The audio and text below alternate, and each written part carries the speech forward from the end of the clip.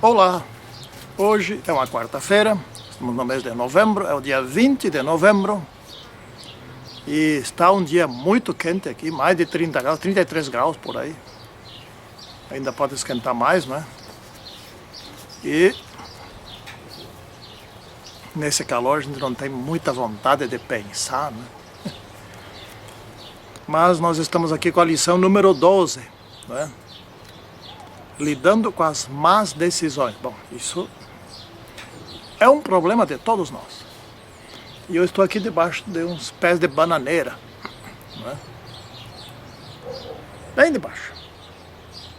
Vocês não veem os pés de bananeira, mas estão aqui. Até vou mostrar aqui, né? Aqui tem assim vai indo, tá aí o pé. Mas não é isso que nós queremos ver, né? Muito bem.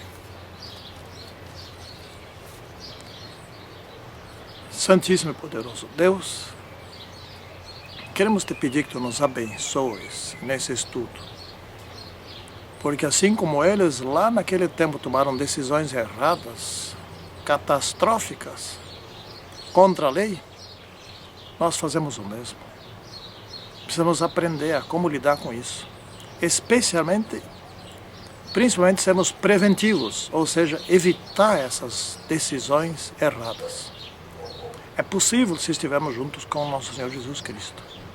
Nós te pedimos isso em nome de São Jesus Cristo. Amém. Veio agora aqui uma brisa fresquinha, não é? Pois bem, o verso aqui que está em Esdras 9, versículo 6, nós vamos estudar. Duas vezes aconteceu esse problema, não é? Aconteceu no tempo de Esdras, primeiro, e depois no tempo de Neemias. Mas na lição nós vamos estudar primeiro Neemias, depois Esdras, não importa. Então, quando aconteceu com Esdras, Esdras disse assim, né? Meu Deus, estou confuso e envergonhado para levantar a ti a face. Meu Deus. Porque as nossas iniquidades se multiplicaram sobre a nossa cabeça e a nossa culpa cresceu até o céu. Isso dá uma impressão assim que os pecados se amontoaram como se fosse um monte, né? Como aqui atrás, né? Estão vendo aqui, né? É um monte aqui de lenha. Parece que se amontoaram e alcançaram o céu, não é? Isso é uma figura de linguagem, mas é muita coisa, né? Bom, mas não foram tantos pecados, na verdade foi um só. Só que ele era um problemão. O pecado que eles cometeram foi casar-se com mulheres estrangeiras, que adoravam ídolos, que eram pagãs. Aliás, deve-se dar atenção ao seguinte: casar-se com mulher estrangeira ou com pessoa que vem de outra fé, qualquer coisa assim, isso não é um problema, desde que essa pessoa se converta e passe a compartilhar da mesma fé da gente, ou se for um homem que passe a compartilhar da mesma fé da mulher. Inclusive hoje a nossa igreja não faz casamento quando um dos cônjuges é de outra fé. E não só a nossa igreja. A igreja católica também não faz. Outras igrejas, muitas das outras igrejas também não fazem, né? Nós, inclusive, casamos pessoas de outras religiões em nossa igreja, desde que sejam da mesma fé. E outros fazem a mesma coisa. É uma cortesia que a gente faz, não é? Mas nós não casamos pessoas de fé diferente, porque isso vai ser um problema. E foi naquela época. Bom, para situar o problema. Por que eles foram levados cativos? Simples, porque cometeram um pecado. Tinham outros. Mas esse um era a base de todo o problemão. Eles sempre iam adorar outros deuses. Sim, iam adorar ídolos. Isso que eles iam fazer. E em grande parte, porque simpatizavam com o estilo de vida dos pagãos.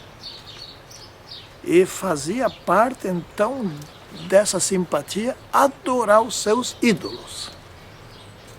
O mais incrível que eu sempre repito e costumo dizer é que eles passaram a adorar os deuses perdedores, porque o Deus deles, que é o nosso Deus também, que foi o Deus vencedor que derrotou aqueles povos, esse eles deixaram de adorar, para então irem adorar os deuses dos povos que perderam as guerras. Né? Gente, isso é uma coisa assim que faz pensar, mas como? Né? A gente pergunta, mas como? Mas como é que pode? Como é que fizeram uma coisa dessas? Pois é. E nós, será que não fazemos nada hoje que faz pensar? E nós fazemos exclamação assim, mas como? Né? Então, mas como você ouve esse tipo de música? Mas como você come esse tipo de alimento? Mas como você assiste esse tipo de filme? Eu já falei aqui, acho que algumas vezes, mas certa vez um pastor chegou numa igreja distrital, chegou lá, resolveu fazer uma pesquisa e descobriu que 37% dos membros assistiam filmes pornográficos ou filmes de terror. Se assustou. Ele não sabia quem. A pesquisa foi anônima, claro, tem que ser assim, né? Bom, continuemos aqui. Disse um professor aqui da minha universidade, já falecido, muito respeitado, Mário Osório Marques, ele disse o seguinte: mais dia, menos dia, toda teoria tem que degenerar em alguma coisa prática. Pois é. Mais dia, menos dia, tudo que nós estudamos aqui nessas lições tem que resultar em alguma decisão prática em nossa vida, alguma solução. Bom, o que Neemias fez? Não é? Neemias queria evitar outro desastre, ou seja, aquilo que foi a causa da queda deles diante de Babilônia, ele queria evitar. E estavam indo pelo mesmo caminho de antes daquela queda, não é? Estavam cometendo o mesmo erro que os levou ao cativeiro babilônico, não é? Então o que acontecia lá?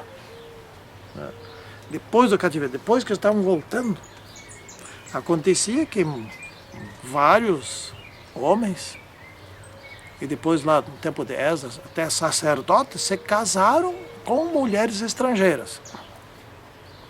Já disse, o problema dessas mulheres estrangeiras é que elas não se convertiam, elas não largavam do paganismo, elas não renunciavam à idolatria, né? Aqui na lição, parte segunda-feira, diz, as esposas pagãs não renunciaram à idolatria. Esse foi o problema. Que quando a coisa veio à tona, certamente esses maridos, certamente Neemias, depois, antes Esdras também, foram falar assim, olha, se convertam. Então, não. Bom, então vocês vão ter que ir embora. Então nós vamos. Mas não é assim, então nós vamos. Foi doloroso, né? Então, Neemias foi firme. Gente, Neemias foi firme. E tem muitos que gostam de suavizar. Eu detesto esse tipo de comportamento.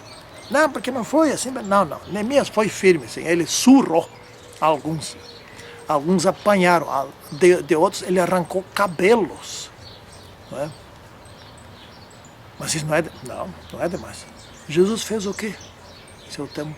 Então passou a mão no Azorag, e foi 2 vezes que ele fez isso, e expulsou inclusive os sacerdotes do templo. Eles correram de medo de Jesus. Então não foi assim, suavezinho, não. Ele ficou furioso ali.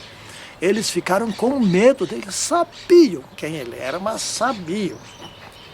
Porque senão ele sozinho, a guarda do templo, eles lá, um monte de homens lá, tinham pego Jesus Cristo e tinham estraçalhado, mas eles sabiam de quem se tratava. E correram de quem? De Deus. Correram. Esse Neemias fez isso bem antes de Jesus, né? E aqui diz, ele os repreendeu e os amaldiçoou, né? Neemias espancou alguns deles, Neemias arrancou os cabelos de alguns deles. Mas por que não arrancou? Por que não espancou todos, não arrancou os cabelos de todos? Pelo seguinte, alguns devem ter contestado, devem ter dito, mas Neemias, tu está exagerado, porque sempre tem esses, né? Para com isso, etc e tal.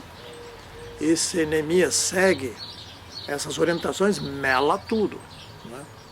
Aí acaba com tudo. Então Neemias teve que silenciar esses opositores, certamente foi isso. E outros concordaram, né? Voluntariamente concordando, de fato, está tudo errado aqui, vamos ter que dar um jeito, né? Porque tinham duas soluções para isso. A primeira solução era despedir aquelas mulheres. Pior é quando tinha filhos, né? A segunda solução é eles se retirarem, eles com as mulheres se retirarem e se paganizarem e morar em outro lugar. Se perderem. Tinha duas soluções pro povo de Deus. Para individualmente só havia uma solução. Se não quisesse se perder, né, tinha que despachar a mulher. Então, esses eram os tais dos casamentos mistos, que equivalem também às associações com idólatras. Por exemplo, hoje é muito complicado eu fazer sociedade com um sócio que não seja adventista do sétimo dia, né? É muito complicado com relação ao dízimo, com relação ao sábado, com relação aos princípios de vida, com relação a uma quantidade de coisas, por exemplo, com relação a pagamento de impostos. Tem gente que simplesmente não paga tudo, né? Sonega uma parte, etc. Dá muita complicação, né? Então são associações com descrentes ou com pessoas de outra fé, que não levam essas coisas tão a sério, né? Salomão, por exemplo, Salomão não foi o homem mais inteligente que viveu na face da terra, não foi. Foi, né? É o que diz. Até antes dele não houve ninguém tão inteligente, depois dele também não, né? E o que ele fez? Ele jurou, está aqui naquele livro, Cantares de Salomão, né? Jurou fidelidade à Sulamita. Certamente essa era a sua primeira esposa, a sua namorada, né? Depois ele se arrumou mais 699 mulheres, para arredondar 700. E para completar a festa se arrumou mais 300 concubinas. Concubina não é uma esposa. Concubina é uma mulher para prazeres, né? Aquela que é usada só quando quer, né? Para mudar. Gente, mas existe alguma coisa mais pagã do que isso que Salomão fez? Resultado, ele acabou não só construindo templos para os ídolos daquelas mulheres, como acabou adorando os ídolos daquelas mulheres. Esse é o problema. Antes de Salomão, alguém muito esperto, chamava Balaão. Balaão. Ele veio com essa história. Não, faça o seguinte, vocês moabitas, amonitas, etc., façam o seguinte, vão lá, conquistem os rapazes dos israelitas, façam festas, etc. e tal, se unam ali, jantem juntos, façam uma dança juntos, uma festa juntos, aí vão conquistando, etc. e tal, vão se casando, etc.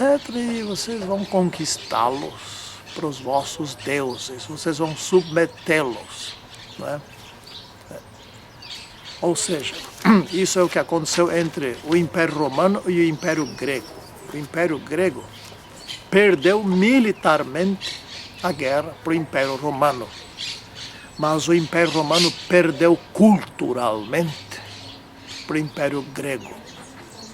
E aí se formou aquilo que se chama hoje de cultura greco-romana, que acabou entrando na Igreja Católica Apostólica Romana, né? Então a cultura não era romana, era grega. E os gregos foram grandes filósofos, grandes pensadores, inteligentíssimos, porque se dedicavam ao estudo, à meditação, à reflexão, etc. Mas não das coisas da Bíblia, sim das coisas relacionadas ao paganismo, ao materialismo.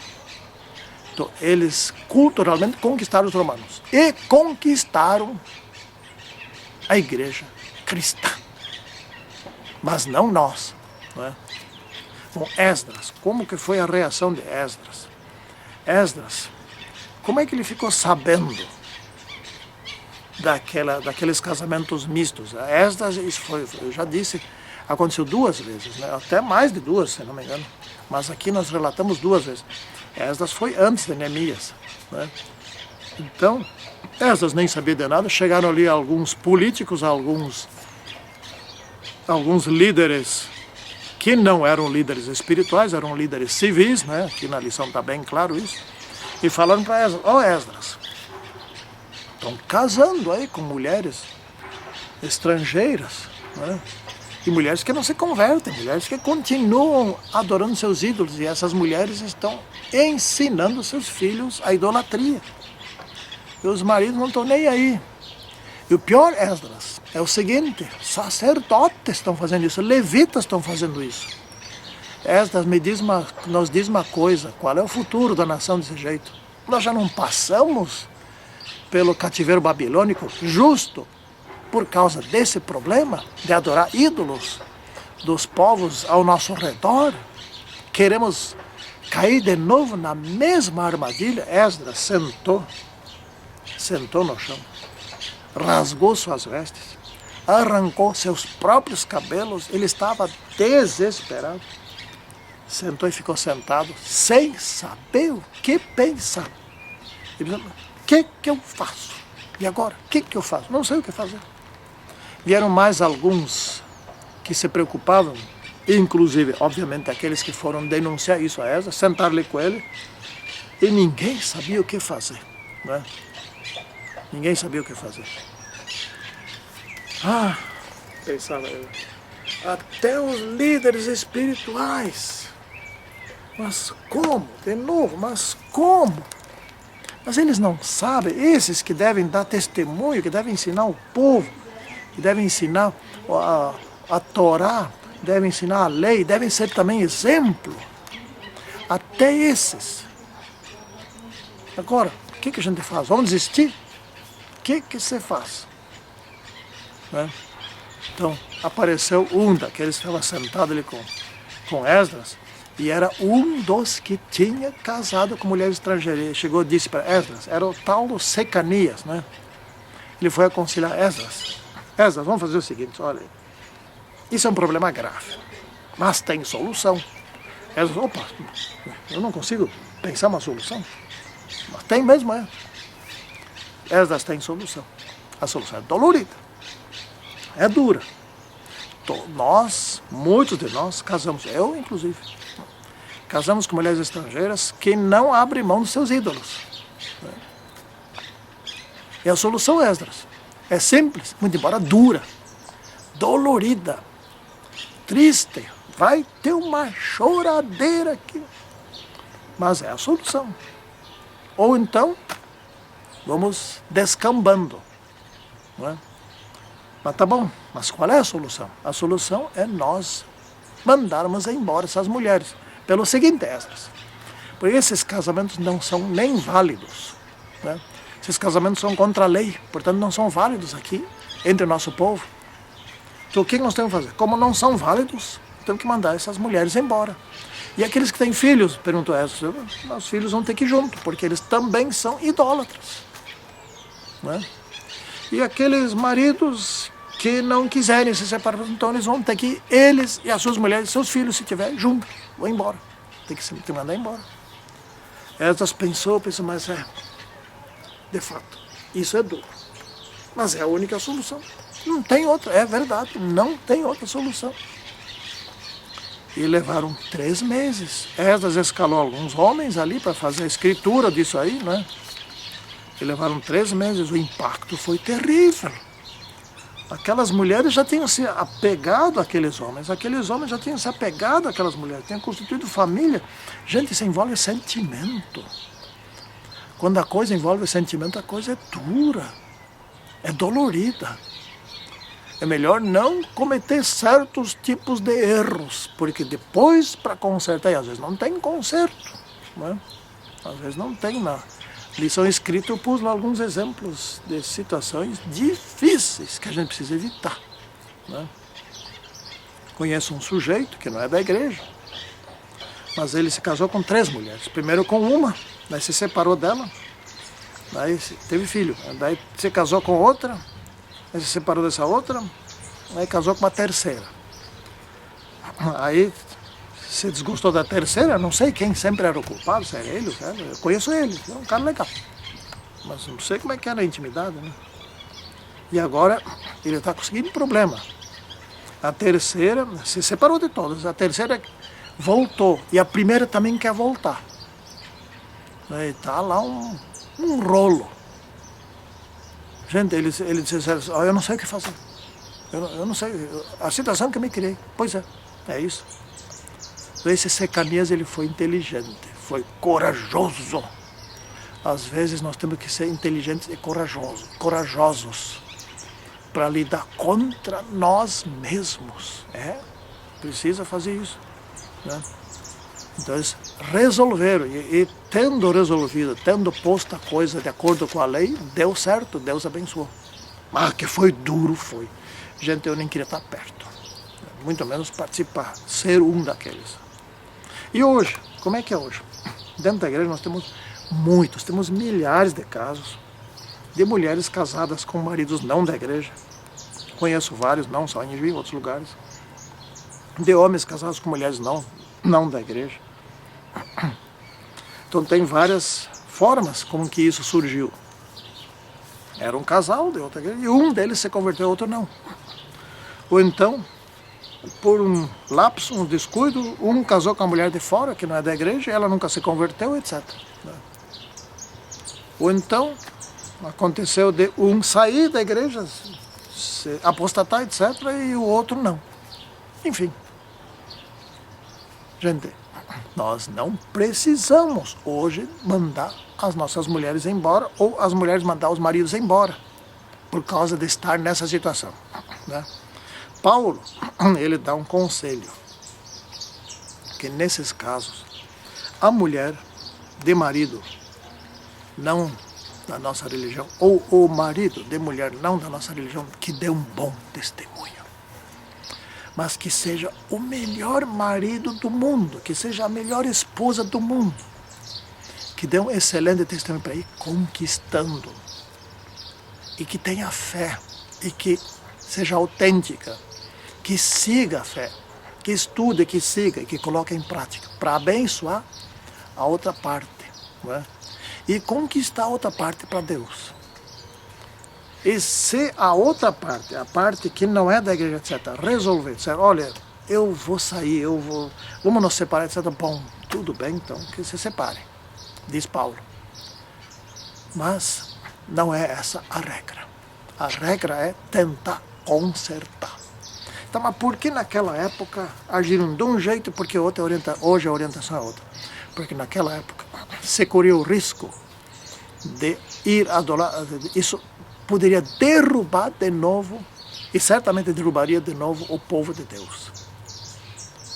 Porque o poder das mulheres de levar a idolatria era grande. Hoje não existe o risco de levar a idolatria. Existe o risco daquela parte não da igreja conquistar o que é da igreja para seus, mas não conquistar a igreja toda, não é? Então, qual é a orientação? Bom, a orientação é que aquela parte que é da igreja, que seja firme e que estude e que se coloque firmemente junto com Jesus Cristo. Aí resolve, não é? Santíssimo e poderoso Deus, abençoa-nos em nossa vida, para que não venhamos a cometer pecados que sejam difíceis, traumáticos na sua solução. Pedimos isso em nome do Senhor Jesus Cristo. Amém.